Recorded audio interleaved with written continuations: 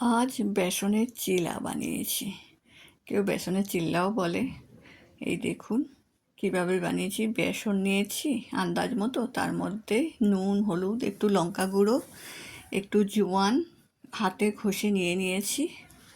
দারুণ গন্ধ উঠবে, হজমও হবে। এদিকে পেঁয়াজ কুচিয়ে নিয়েছি, ধনেপাতা আর কাঁচা লঙ্কা ভালো করে মিশিয়ে নেব।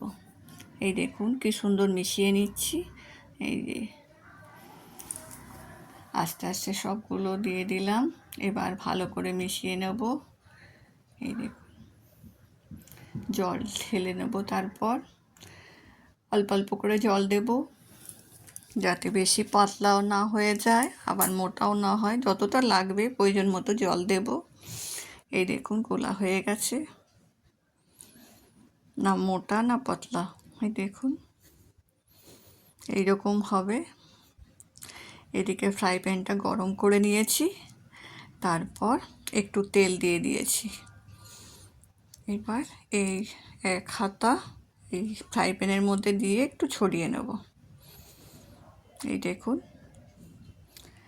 গ্যাসের ফ্লেমটা সিম করে রেখেছি, যাতে ভালো করে হয়, এটা কাঁচা না থেকে যায়। এই দেখুন কি সুন্দর। আমি অনামিকা, মুম্বাই, মহারাষ্ট্র থেকে। আমার ভিডিও ভালো লাগলে অবশ্যই লাইক কমেন্ট করবেন।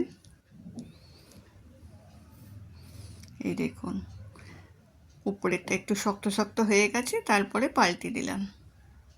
এই দেখুন ময়দারও চিলা হয়, আবার আটারও হয়, তবে বেসনের খাওয়াটা সবথেকে ভালো ময়দার থেকে। এই দেখুন কি সুন্দর হয়েছে।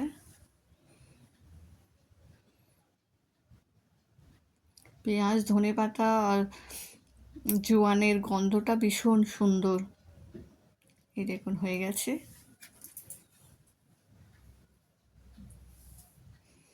ফটো তুলে নিলাম। এই দেখুন ভিডিও করছি, সাথে সাথে ফটো তুলছি।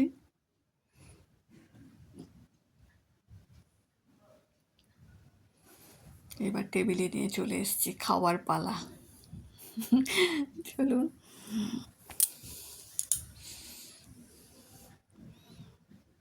এই দেখুন কি সুন্দর হয়েছে, দারুণ হয়েছে খেতে। চলুন টাটা, খেয়ে নিই আমি।